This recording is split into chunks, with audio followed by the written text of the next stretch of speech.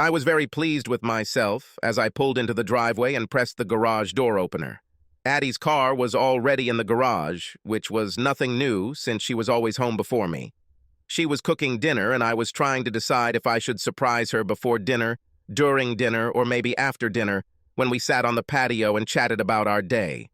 Our 25th wedding anniversary was in 3 weeks, so I got busy and found a 2-week cruise. We both had a lot of vacation time left, and I couldn't think of a better way to burn off some of it than by spending 2 weeks on a romantic cruise. The timing couldn't have been better, as the last of our 3 children had just gotten married, and Addie and I were alone for the first time in 21 years. It's time to spice up our relationship, bring back the spark, or, to put it a little more crudely, have some hot monkey sex. It's not that there's anything missing in our sex life. We still manage to have it on average twice a week. But with kids around, it wasn't the spontaneous sex we had before we became parents. Feedings, and then school activities as the children got older, and then as they got even older, extracurricular activities. There were times when it was difficult, if not almost impossible, for us to find time for each other, but now those times are over. Barry was married and living in California, Marcia had graduated from State University and was working in Atlanta, and Ralph had just married his high school sweetheart, and they were moving to Ohio for a new position that Ralph had been promoted to. Yes, indeed, there is no better time for a romantic cruise. Addie was setting the table when I entered the room. I walked up to her, hugged and kissed her, and then went to take off my work clothes and put on shorts and a t-shirt. Over dinner, Addie told me that she had spoken with Ralph and that he and his fiancée had arrived safely in Akron and were unloading their luggage at their new apartment. Addie said that Susan, Ralph's wife, told her all about the apartment and the area. It looks like they'll be happy there. She put down her fork, took a deep breath, and then asked, "You know that I love you, don't you?"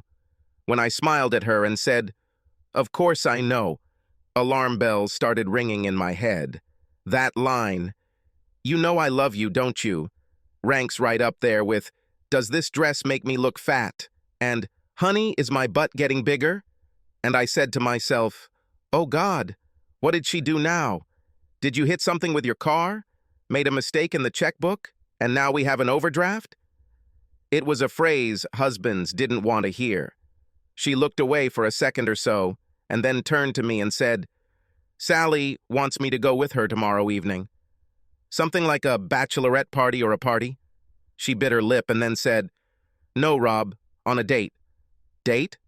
What kind of date is this?"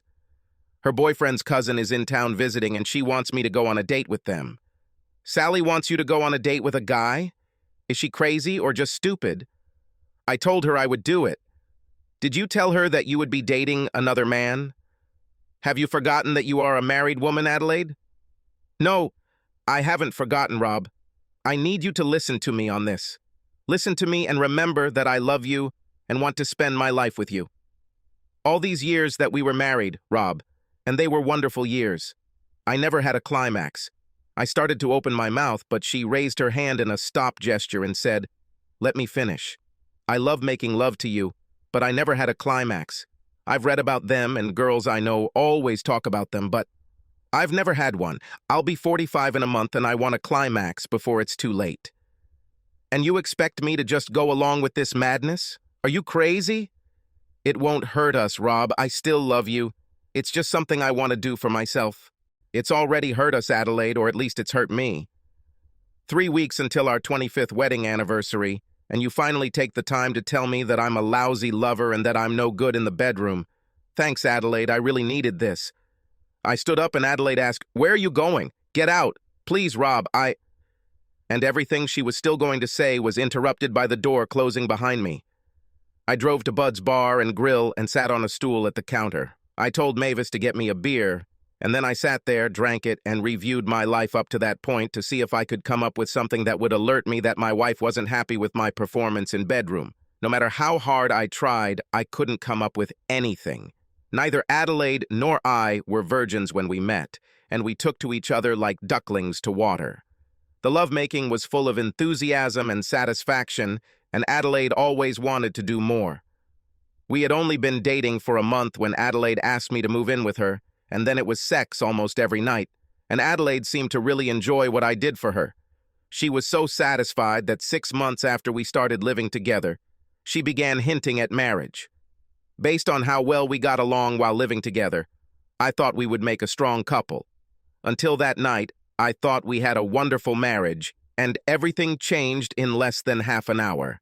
Adelaide told me that I hadn't done my job in over 25 years. It was a damn big blow to my ego, my pride as a man. But the worst thing was that my wife thought so little of me that she thought she could tell me that she was going to date another man and have sex with him, and that I would just sit there and go along with it. "What's going on, Rob?" Mavis asked, placing the 5th beer in front of me. "It's not like you to just sit here and drink, staring into space and peeling labels off beer bottles." "I have bad news tonight, Maeve. I just found out that my marriage has been a joke for over 25 years, and as you can see, the news was devastating to me. Are you and Addie having problems?" "You could say that, Maeve." I drank the beer in front of me in one gulp, put the bottle on the counter, and then said, "I better get out of here while I can still drive." I didn't go home. I drove to Stevens Point and looked at the lake until I started nodding off, and then I drove home. When I got there, the house was dark.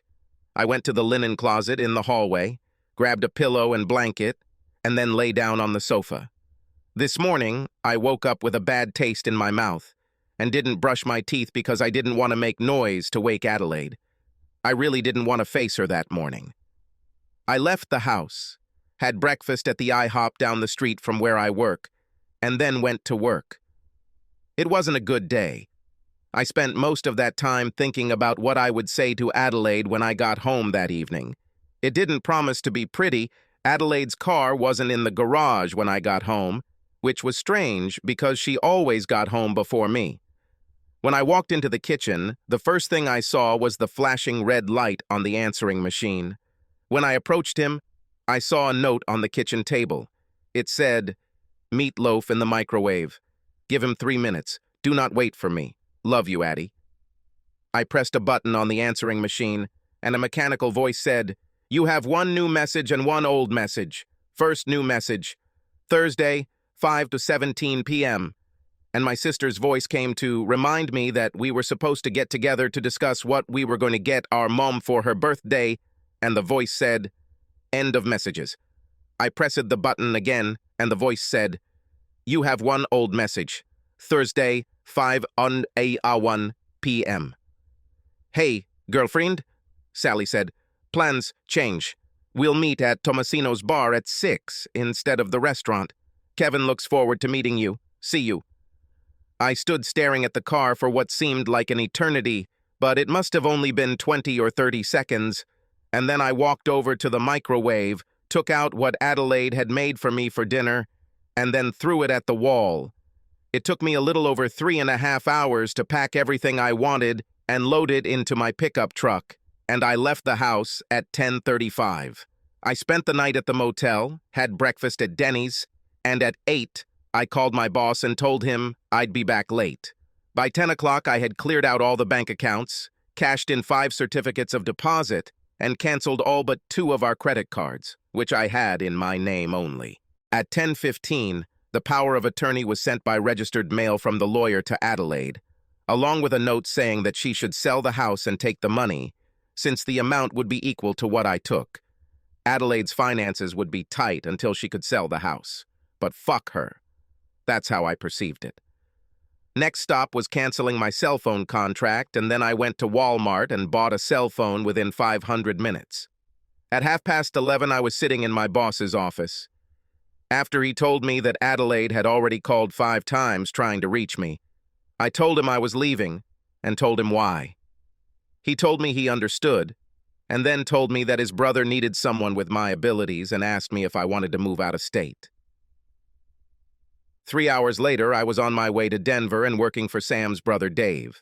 At 6 in the evening, I stopped at the rest area, called my parents, sister, and children, and told them all that I had left and why. My sister never really liked Adelaide, and I never knew why, but it just felt easier to give her my number, along with instructions, not to give it to anyone for any reason. I didn't give it to my children because I knew they would give it to their mother, and I didn't give it to my parents for the same reason. They always loved Adelaide very much. I told them all that I would call them once a week. I told my kids straight up that I wouldn't tell them where I was or give them my phone number because I didn't trust them to keep it away from their mother, and they weren't very happy with me. I stopped by the Mississippi River long enough to take off my wedding ring and throw it as far into the moving current as I could, then got back in my truck and headed down I-70 toward Denver. When I got to Denver, I drove to my new job and checked in, then went looking for a place to live. I found an apartment close to work and settled there. Every Friday night I called my kids, parents, and sister to see how things were going. For the first 2 months, every call to the children ended with them begging me to call their mother. She was miserable, she was distraught, and she was hopeless. I finally told them that I had no intention of ever speaking to their mother again, and if they continued to pester me about her, I would call them once a month. My sister Bev never asked me to call Addie, but she told me that Adelaide kept begging her to connect Adelaide to me. I told her that nothing had changed, and I still had no intention of ever speaking to my wife again. My parents were the ones who really pissed me off, although it was probably my mom more than my dad. One Friday I called them, my mom answered, and we talked for a few minutes. I heard some noise in the background, and then, "Rob," said Adelaide's voice. "Please, dear." I hung up, and 2 months passed before I called my parents again. It was painful. I loved her for so long, and in fact, I still loved her, but I couldn't have anything to do with her after what she did. Gradually, over the following months, all mention of Adelaide disappeared. I never asked about her, and no one talked about her. I didn't worry about getting a divorce because I didn't see any point in wasting money. At my age, getting married again was out of the question, so I didn't need to be single again. If there was a divorce, it would be because Addie would go for it, and while she didn't know where I was to be served, her only option was to divorce me for desertion, and that didn't bother me at all. There were a few women around my age where I worked, and a couple of them showed interest in me, and I started dating. I behaved well on these dates because I thought it would be unwise to start something with a coworker. What if it didn't work? Working together would be awkward. On my third date with Jolene, she asked me what my story was, and I said, "What do you mean by my story?" By the end of the second date, I usually fight off the guy's advances, and here we are on our third date, and you haven't even tried to kiss me goodnight. You must like me a little. Otherwise, we wouldn't have had our third date. Tell me... I told her about my feelings about workplace romances, and she laughed and said, "Bullshit. In the 10 years I've worked here, I've slept with 4 guys who work with me. Do you see that I have some problems with my colleagues?" As far as I can tell, no. The reason I don't see any of them anymore is because each of them wanted to marry me, and that's not what I'm interested in. I want sex, without serious commitment. And as long as you don't obsess over me and try to get me to marry you, we can play together for as long as you want. When I drove her home that evening, I wanted to kiss her on the cheek, and she grabbed my tie and pulled me towards her. Jolene was the first woman other than Adelaide that I had touched in 25 years, and I had to admit that I was scared. I wasn't scared enough to run away, and I needed to, but I was scared because of how Adelaide made me feel inadequate. I warned Jolene that I might be in a bit of a hurry due to my long, dry spell, and she grinned evilly at me and said, "Then we better hurry up and get it out of the way first." It wasn't as fast as I thought, and my recovery time wasn't that long either. I was making love to Jolene, and at some point she cried out sharply, and her body trembled and shuddered. If this is what the climax was like, then I guess it's probably something I've never seen with my wife. Jolene noticed the way I was looking at her and asked what was wrong. "Nothing," I answered, "but I'm curious. Did you just climax? Did I have a climax? 2 small and 1 large? Why are you so interested?" I told her my story, and she said, "I can tell you about it, lover. The problem must be with her, because it sure as hell isn't with you." She began to caress me, and we set off again. After the 3rd time, I told her that I needed to go so I could get some sleep before getting up for work, and she said, "Shut up, my love. There's nothing I love more than waking up next to a warm man's body and then starting the day right." Jolene's idea to start the day right was to wake me up by caressing my manhood, followed by hot morning sex. She fed me a hearty breakfast, and then we went to work together. It was a great day for me, and I walked around in a fantastic mood. Jolene lifted me out of the hole that Adelaide's comments had driven me into. Her words, plus the image of her actually climaxing, did wonders for me. After that night, Jolene and I started talking regularly. We spent so much time in each other's company and in each other's beds that after about 6 months, I suggested we move in together. Jolene rejected this. The reason I never got married, honey, is because I can't stand living with anyone. I tried this a couple of times, and it just didn't work. I like living alone. Everything is going well for us, so let's just be happy with it. A year has passed, and many changes have occurred. Barry and his wife Nancy had a little girl, Ralph's wife Betsy was expecting a child, and Marcia became engaged. They all wanted to see me, and I wanted to see them. The problem was that I hadn't worked long enough at my job to accumulate enough vacation time to allow me to visit California, Georgia, and Ohio. I managed to take a couple of days off to visit my parents and sister, but they quickly passed, and although my mother insisted that I talk to Adelaide while I was there, and probably even called her to let her know I was there, I returned to Denver before Addie could respond to the information. I was afraid to let them visit me. Once they know where I am, it will only be a matter of time before one of them spills the beans to Adelaide. I was trying to figure out what to do when things got out of my control. My sister called me and told me that our parents had died in a car accident. There was no way I could avoid meeting Adelaide at the funeral. She was very close to my mom and dad and will no doubt be at the funeral home and most likely at the wake to be held later at Bev's house.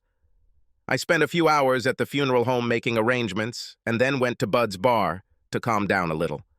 Mavis was filling me in on what had been going on since I'd been gone when Adelaide slid onto the stool next to me and said, "Hi, Rob. How are you doing?" "Very good, Addie. How is the search for climaxes going?" Before she could respond, Mavis appeared and Adelaide ordered a vodka tonic. Mavis looked at me and asked, "Total score?" "No. The lady pays for herself." Adelaide flinched at this and then said to me, "There was no sex." Good old Kevin, not able to get the job done the first time. "There was no Kevin, Rob. I didn't go through this. If you would let me talk to you, I would be able to tell you this. I wouldn't believe you, so there was no point in talking to you." "It's true, Rob. Nothing happened." "That's how it was, Adelaide. It took me just over 4 hours to load my truck and get ready to leave. According to Sally's post, you met her and your fuck toy at 6. If you came back to the house by 7 and said you were home because you just couldn't get through it, I might, just might, believe you, but there was no way, no fucking way, for me to believe you. If you were gone for 3 or more hours, and you were already gone for more than 4 when I left. Even if I believed you, it wouldn't change anything. Our relationship had already died the night you told me what you were going to do. You didn't even have to have sex with Kevin to end our marriage, because by the time you met him, our marriage was over. You ruined our marriage when you told me what you really thought about me." "What are you talking about, Rob?" "You know exactly what I'm talking about, Adelaide." "No, I don't know. You showed me how little you thought about me when you told me what you were going to do, and then expected me to just sit quietly. It told me what your real opinion of me was, a spineless weakling that you could bully and force me to accept. There was no way in hell we could have had any meaningful relationship after that. No, Adelaide, talking to you wouldn't change anything." "Oh my God, Rob, I never thought about anything like that. I thought I could convince you to let me do something for myself. I thought we loved each other enough that I could show you that if you let me do this, it wouldn't hurt us at all. I didn't mean long-term or anything like that. Just one time to see what it was like, but you got up and ran out before I could state my case." "Be serious, Adelaide. My reaction to what you told me told you everything you needed to know about how I felt about the idea, but you went anyway. What if Kevin hadn't brought you to climax? Who would you try next? How many more times would you like to try to get that climax?" "It wouldn't be like that, Rob. I swear it wouldn't be like that. You say it now, Adelaide, but it's after the fact, and I don't believe it. If you were willing to risk your marriage to try on Kevin, and given the slightest chance I would go along with it and he wouldn't, you'd think that if I let you get away with it once, I would probably let you try again. And even if I had given up on the second try, you would have done what you did with Kevin and just left again. If only there was one more meatloaf in the oven, and don't wait for me. What can I do to convince you that you are wrong about this? How can I convince you that nothing happened between me and Kevin? You can't, Adelaide. What you could have done, what you should have done, is come to me with your problems when you had them, so that we could work on them together to see if we could do something to solve the problems, but you didn't do this. You ambushed me. Let me ask you this question, Adelaide. Have any of the men you've been in bed with since I left brought you to climax? It's disgusting to say such things. I haven't slept with anyone since the last time I was with you. Knowing how much you liked sex, oh yes, I believe it. Damn it, Rob, it's true. I came home and found you gone, and it killed me. I fell to pieces and was hopeless for several months. When I finally pulled myself together, I knew without a doubt that if you came back and found that I was in bed with another man, there would be no chance of me ever getting you back. I swear to God I didn't have anyone. I love you, Rob. I need you. I need to be with you. It's just too bad you didn't feel that way and think that way the day you left the house to meet Kevin. I slid off the stool and walked out of the tavern. Of course, it didn't end there. All 3 children flew in for the funeral, and my sister's house became the place where the family gathered. I saw my granddaughter for the first time and met Marcia's fiancé. The conversations were of a general nature, and carefully avoided conversations between Addie and me. Adelaide was at the funeral home every time I went there, but as soon as she walked toward me, I moved in the other direction. It wasn't easy to avoid her. For more than 25 years, we have been a part of each other's lives. I loved her selflessly and did not deceive myself. I still loved her. Seeing her and knowing that everything was over between us tore my soul. After the funeral, Bev had a wake, and of course Addie came to it. It was harder to avoid Addie there than at the funeral home and cemetery because every time she came near me, one of our children was with her. If I had been smart, I would have left the wake, went to the bar, and sat there until it was over. But, unfortunately, with the departure of my parents, I became the head of the family and was obliged to stay until the end. As the last of the sympathizers left the wake, Barry, Ralph, and Marcia cornered me, and Barry said, "We need to talk, Dad." "Okay, go ahead." "Not here. We need a place that is a little more private." "For what?" "There is no one here except family, or those who are going to become family. The rest of the family doesn't need to hear this." Bev, who was standing behind me, told us we could use her sewing room, so the 4 of us went in and closed the door. "Okay," I said, "let's do it. You need to stop this crap with your mom. You are still married to each other, and she needs you. You need to go home with her." I started talking, but he raised his hand and said, "Let me finish. Mom told us what she did, and all 3 of us thought she had to be brain dead to think she could hit you with it and not expect any consequences. And what's more, we told her so. But she didn't go for it. She pulled her head out of her ass just in time to retreat and return home to you. That's what she says. But if she didn't go through with it, what did she do from the time she was supposed to meet her new boyfriend in bed at 6 until she got home? I wasn't packed, loaded, and ready to leave until almost 11. It's been over 4 hours since I was still in the house, and she wasn't home when I finally left. There is no way I can be sure that nothing happened during those hours, but it does not matter. As I told her the last time we spoke, our marriage ended when she told me what she was going to do. This is the key, and remember, she told me what she was going to do. Forget the blow to my ego, my male pride. Our marriage collapsed when she told me how low she really thought of me. Mom told us what you told her at Murphy's, but Dad, you're full of crap.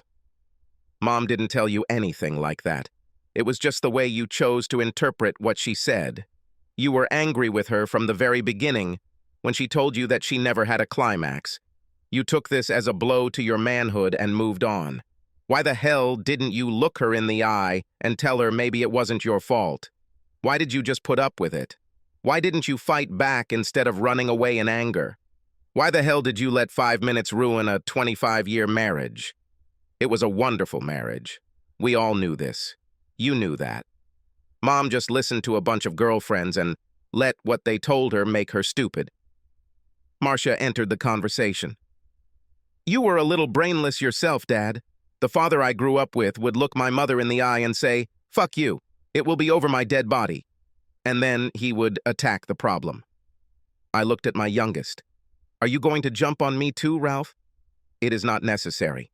All I'd like to do is say what Barry and Marcia have already said, except I might put a little more emphasis on what Marcia said. The father who raised me would not have run away. He would have fought back. Well, I'm sorry that I disappointed you all so much, but nothing has changed. You weren't there when your mother looked me straight in the eyes and told me she was going on a date with another man to see if he could bring her to climax. She didn't get nervous, didn't stutter, and didn't look away from me. She calmly and thoughtfully told me that she was going to have sex with another man. To answer the question why I did not resist, I will simply say that at that moment I didn't want this. If she could do this to me after 25 years, then, as far as I understood, I had nothing to fight for. Frankly, at that moment I didn't want to look at your mother anymore. I didn't run away, as you so elegantly put it, in a rage. Your mother ruined our marriage, and there was no point in staying here with her anymore. And there could be no solution to the problem because as soon as your mother went on that date, in my mind she became an unfaithful slut. She claims she came to her senses and didn't go through with it, but I don't believe it. Not for 1 minute. She wasn't home when I returned from work. She met her lover at 6 and was still gone when I left shortly before 11. Get this firmly ingrained in your heads. Your mother ruined our marriage. I have nothing to do with this. I'm moving on with my life, and I'm happy where this life is now, and I see no reason to change it. I'm sorry your mother is unhappy in her situation, but she did it herself. As far as I understand, the issue is closed, and I do not intend to return to it again. Are we all clear on this? Sorry, Dad, Barry said, but I have to take Mom's side on this. Me too, Marcia said. I looked at Ralph, and he just looked at me and shrugged. So be it, I said, and left the room. I said goodnight to Bev and went to the room I was using. I packed my things, got everything ready to leave in the morning, and then went to bed. How did you cope with everything? Jolene asked me on my first day of work. Badly. Burying my parents was hard enough, but my wife was always there, and that only made it worse. Then my kids attacked me, trying to get back together with her, and when I said no, they told me they were on her side. In general, the trip was not at all pleasant. Well, honey, you need to look at this from the other side. Which? Is there another side to this? You're back, and your stress reliever is sitting here, ready to relieve that stress. She relieved my stress several times that evening after work and then did everything she could to relieve that stress for the rest of the week. And I was glad to be able to say she got the job done. 2 months flew by unnoticed. The work was going well. My relationship with Jolene was going well. And then life got complicated again. I was having dinner with Jolene at Angelina's when Adelaide came to our table and poured a glass of water over Jolene's head. This is my husband, with whom you are sitting, a tramp, and if you don't get away from him, I will claw your eyes out. Jolene had a margarita in her hand and threw the drink in Adelaide's face, then jumped out of her seat in a flash. She slammed her open palm hard into Adelaide's face, causing Adelaide to stagger, and then Adelaide lowered her head and lunged at Jolene. There was a lot of hair pulling, slapping, screaming, and yelling. It took 3 of us to separate them, and when that was done, Andre, the head waiter, politely but firmly asked us to leave. No problem, Andre, just hold her, I said, pointing at Adelaide, until we leave. I don't want to continue this in the parking lot. I took Jolene's hand, and we left. When we got into the car, Jolene said, "You didn't tell me that you brought your wife with you when you returned from the funeral. I have no idea how she ended up here. Of course, I didn't bring her with me. I can't even imagine why she's here. Don't be stupid, Rob, even though I know why she's here. You know? Then please enlighten me. She's here to fight for you. She told you this when she gave me a bath. What do you mean? I believe her exact words were, "This is my husband you are sitting with." And she put a lot of emphasis on the "my husband" part. She stated her rights in no uncertain terms. I do not believe in this. More than once I let her know in no uncertain terms that it was all over between us. She obviously decided that it wasn't so. We were silent the rest of the way to her house. As I walked her to the door, I said, "I'm sorry that the evening was ruined and that you had to go through that." "This is wrong. It was the most fun I've had in years." She pulled me into the bedroom and said, "All we have to do now is give this night the perfect ending."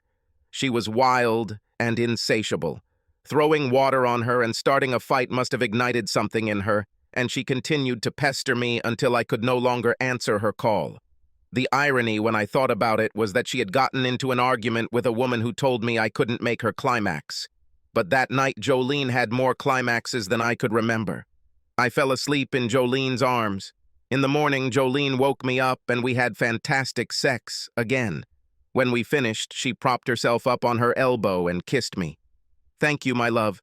It was the perfect ending." "Thank you, baby. It was a pleasure. I won't be in the office today. I'm meeting with clients, so I won't see you until this evening." "Nothing else will happen, lover."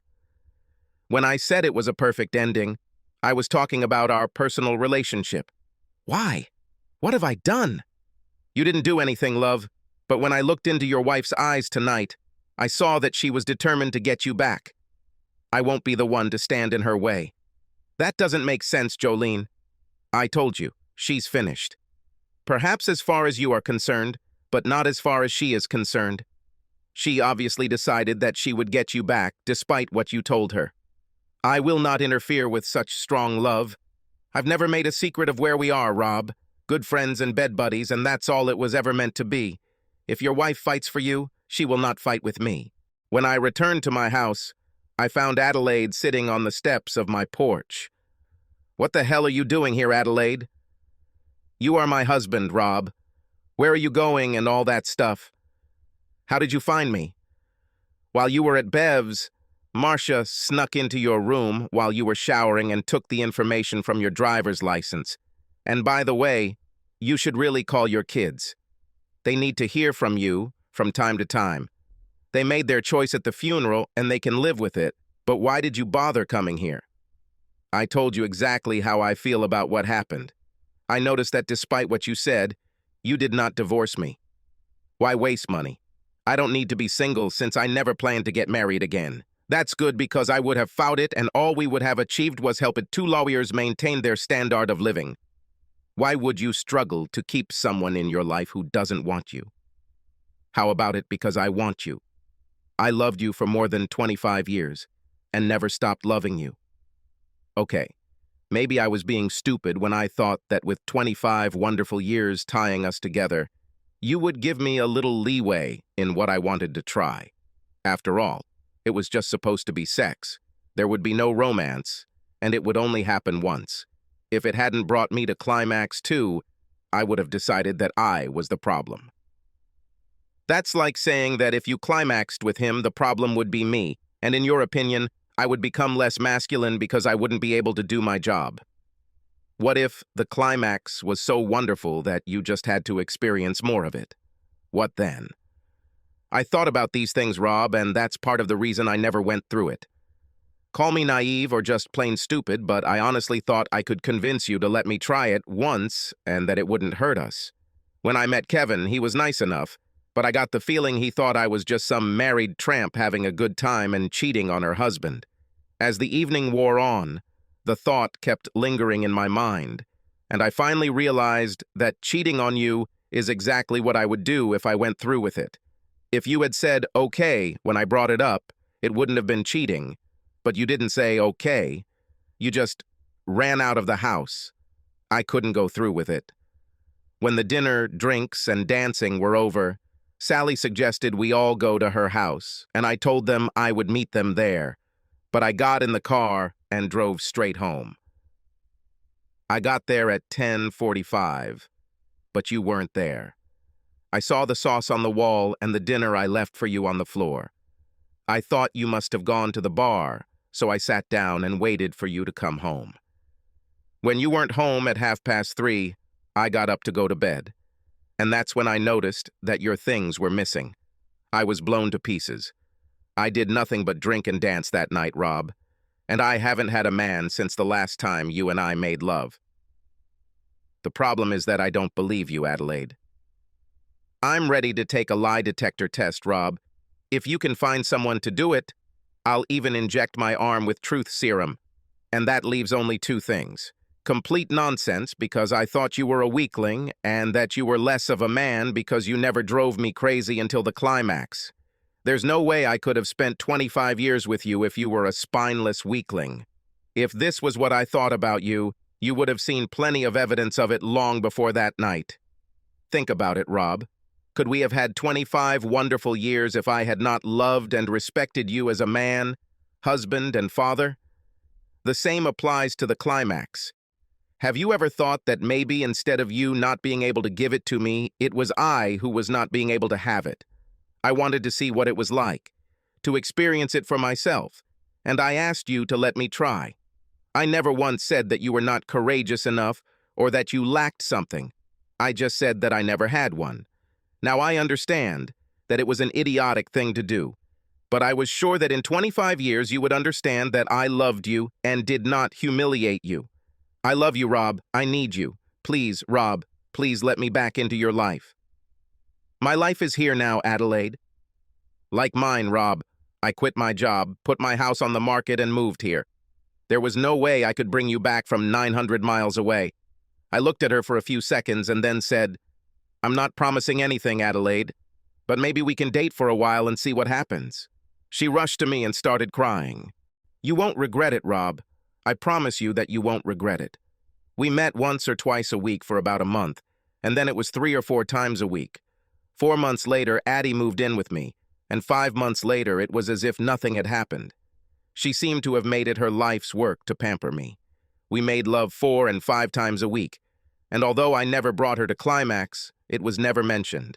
My relationship with my children is still a little strained. I'm not at all happy that they sided with their mother. I didn't expect them to side with me, but I at least expected them to remain neutral. Jolene and I are still good friends, and at our company picnic, she walked up to Addie and told her she was glad we were back together.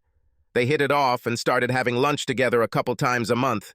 We even go dancing from time to time with Jolene and whoever happens to be her current bed buddy. It was one of those nights when I was dancing with Jolene and she said, "Are you glad I kicked you out of my bed?" Very. I knew it was right. She's obviously good for you. You've become much calmer since you got back to her. Adelaide.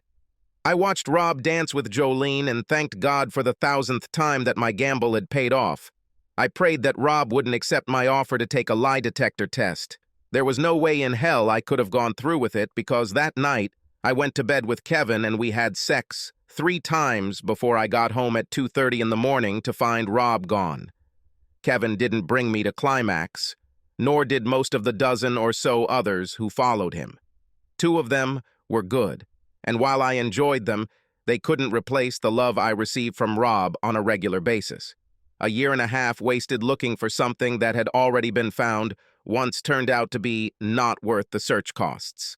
When the music ended, I saw Jolene lean over and kiss Rob on the cheek, and as they walked back to the table, I thought how lucky I was that she was the woman she was. If she was the type who wanted to get married, I definitely wouldn't bring Rob back. But I did get him back, and it would be a cold day in hell before I let him go again.